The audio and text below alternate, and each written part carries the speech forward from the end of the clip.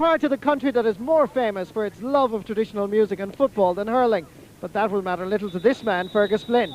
A native of Ennis, he transferred to Galway last year, but has now returned to the banner colours. St Joseph's Dura Bearfield have requested that two of their stars play today, goalkeeper Christy O'Connor and midfielder Ollie Baker. Gordon Malone and Tony Griffin performed so well when introduced against Kerry last Sunday, they get on from the start today. Regulars like Anthony Daly, Conor Clancy and Niall Gilligan also return.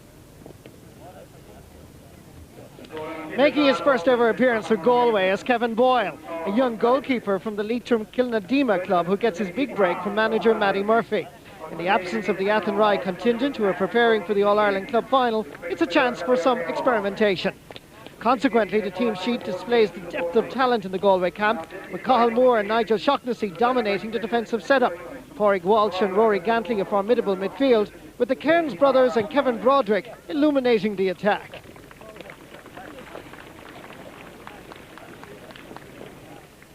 Match official here in Milltown Malbay is the Limerick man Pat O'Connor. So with Galway winning the toss, it's Clare goalkeeper Christy O'Connor that has the honour of starting this round 2 Church and General National Hurling League clash. It's a very strong, breezy day here along the west coast of Clare, and an unusual venue indeed for this hurling clash. The last met in the All-Ireland quarter-final went to a replay, so we can expect a most enjoyable, intriguing clash here today.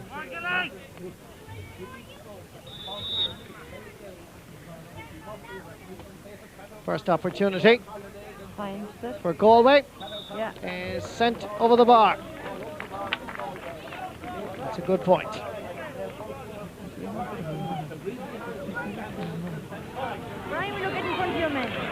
Ollie Fahy from Gort. Ollie Baker's in there, so too is Brian Lohan. Nicely picked up by Kevin Broderick. Making space and available as Ollie Canning. Scored a goal against Offaly last weekend. Scored a point against Clare here today. So Rory Gantley and Ollie Canning, the point scorers for the Tribesmen. A lot of space given to the corner forward by the Clare defence, but a well-taken score.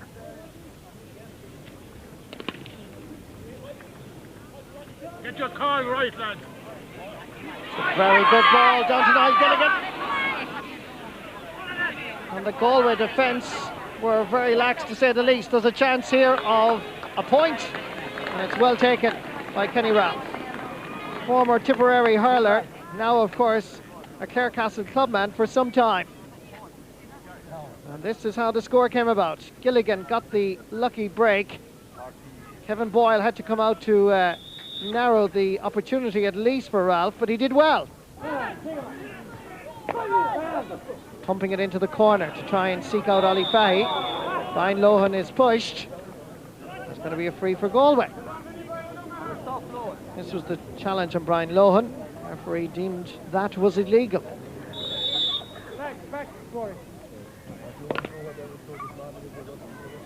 Christy O'Connor gives it everything, drops inside. Here's a chance! Brilliant goal.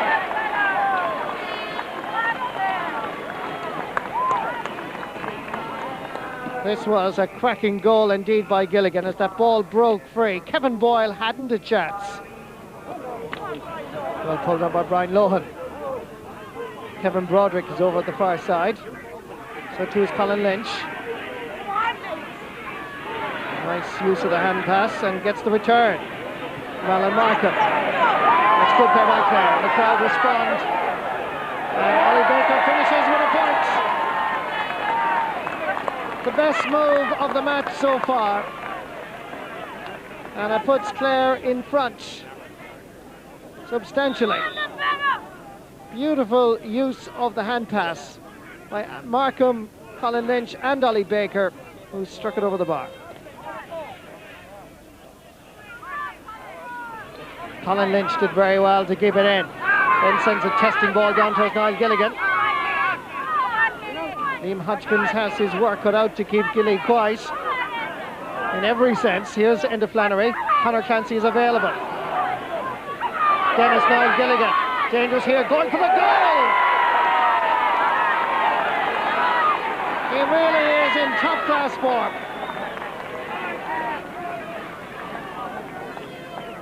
The 6 Mile Bridge man knows where the goalposts are, and indeed the net, here in Miltown Malbay. And Kevin Boyle didn't see it. Conor Clancy created the opportunity, and Gilly took it with great strength and ease. Alan Markham and Niall Gilligan. Back to Tony Griffin, and that's over the bar. His first point of the match. And young Tony Griffin now establishes a 2-goal lead for Clare. But it took a lot of hard work. Gilligan was again involved in creating the chance, and Griffin took it. Well done. Mark Kearns. Sweeping it across towards Ollie Canning. Given the space, and he takes the chance. His second point of the match, and now just 2 goals again between the teams. Sweet ball down towards Canning, given a lot of space by the Clare inner line.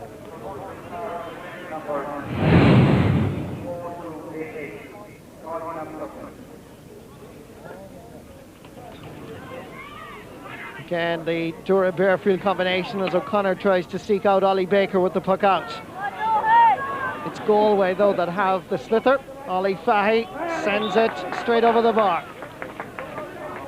The Gort man gets his first point of the game, and it's back to 2 clear goals between the teams. It's the first real opportunity that Fahy got to beat Brian Lohan, and indeed to score. Well pulled on by Pádraig Walsh. The game now beginning to sparkle just a little bit. Played with a little bit more passion. Back to Walsh, dead straight in front of the post, and that's over the bar. That's good play by the Turlough man. His first of the game. 4 points now between the sides. This open play resulting in a good point. Knocked away from the left hand of Liam Doyle. Fergus Flynn almost had it. Mark Kearns with Anthony Daly and Fergus Flynn in pursuit. Alan Kearns sends it in, and Christy O'Connor had to be alert and deflected it over the bar. Good point for Galway, scored by Alan Kearns. He scored a goal against Offaly last weekend, and Kearns creating problems here. And Christy O'Connor again did the right thing. Good goalkeeping. Liam Hodgkins in a little bit of trouble. Wasn't fouled despite the protest from the crowd. Michael Healy from Castlegar, famous club in the past, producing players like the Connolly brothers. Dropping ball again. Sent very effectively down into the Clare half of the field. Brian Lohan underneath it. Chasing after it is Ollie Fahy. Having a great tussle with 2 of them down there. Back there too is Fergus Flynn. Thrusting his way forward, or backwards as such, so as to make the move forward. Stopped by Rory Gantley. Here come Galway yet again. A chance, and that is gone over the bar. Good score. And Galway are very much in contention now. 2 points between the sides. Very good play indeed, as Galway created the opportunity, and Ollie Canning took it with ease. The wind gathers it and swings it to the left of the post. Liam Hodgkins, the captain of Galway, comes away with it. Down towards Joe Cooney. Oh, a lovely little flick on from Mark Kearns. Picked up, however, by Gordon Malone. Blocked by Kearns. Chance here for Galway. Bearing down on Christy Connor. There's a rough challenge by Brian Quinn, and I think that's going to be a penalty. It is.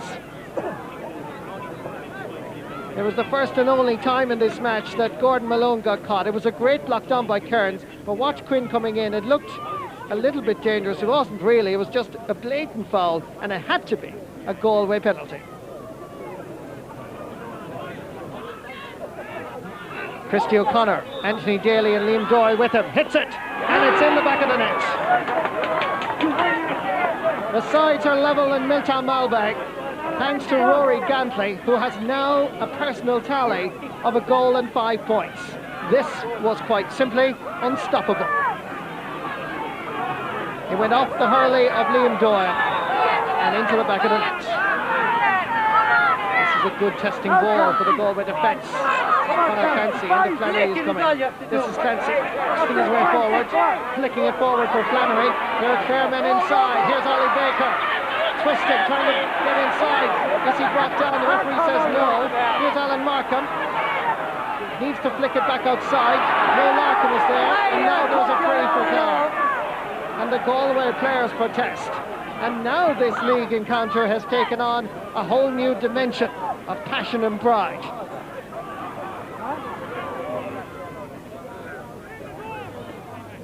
Alan Markham standing over it, going for his 5th point. That's accomplished. Clare back in front by just the minimum of margins. 16 points to 15 it equals. And that free came about as a result of Ollie Baker being fouled inside the Galway area. We continue on. Rory Gantley. Half blocked by a colleague. Kevin Broderick survives the challenge. Comes to Pádraig Walsh in front of the post. And it's deflected and it's gone into the net. And Galway are now back in front. Linesman! And Galway have done the simple things well by taking their points at every opportunity. But Christy O'Connor could hardly be faulted for this. But the space was given to the big Galway midfielder. Was there a deflection here? It seemed to go in off the post and into the net. David Tierney. He was over the line. It's going to be a line ball for Clare. Colin Lynch taking it quickly to Alan Markham. Well blocked down by Tierney. He did well. There's a man anxious to prove a point as that ball is sent over the bar. Great score by Pádraig Walsh. His 3rd of the game. But credit must go to the substitute David Tierney from Kilnadina Leitrim in East Galway. And that is gone very much wide.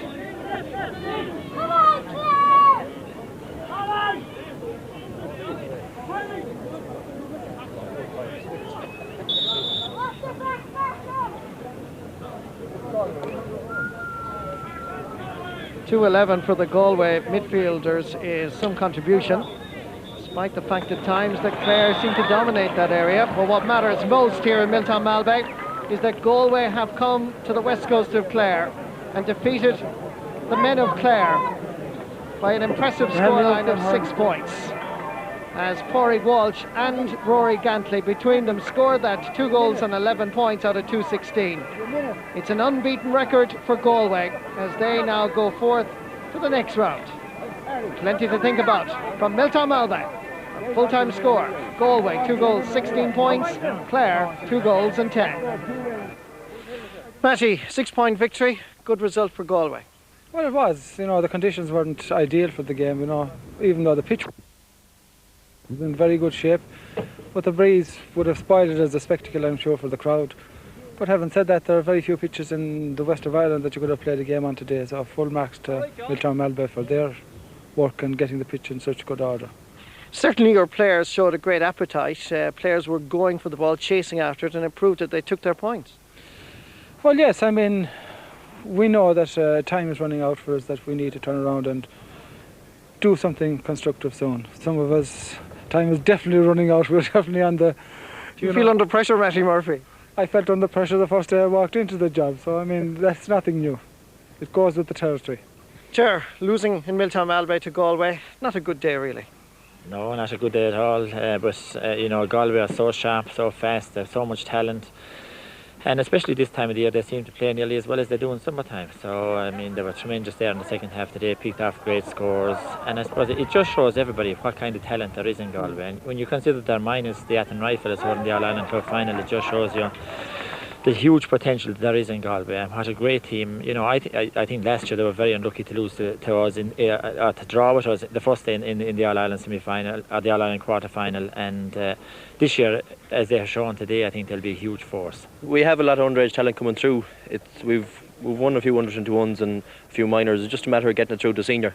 And you can see yourself, there's a lot of talent there, a lot of good subs in the line. That the Royals have to come back You can see when you can bring on the likes of Joe Cooney, one of the best hurlers of his generation, like there is talent in Galway that we can build on. We just said we'd come down, we'd work hard for it. We didn't know how things would go. We've heard a lot of rumours about Clare. They're training very hard. Rumour has it they were training this morning. So we're delighted to come down here and get a win down the heart of Clare. So we'll go home and we'll be happy enough tonight. It's been well documented, Ger, about your change of selectors. They're now settling in to the management team. Would you say that Clare and Ger Loughnane are gung-ho at this stage for the championship?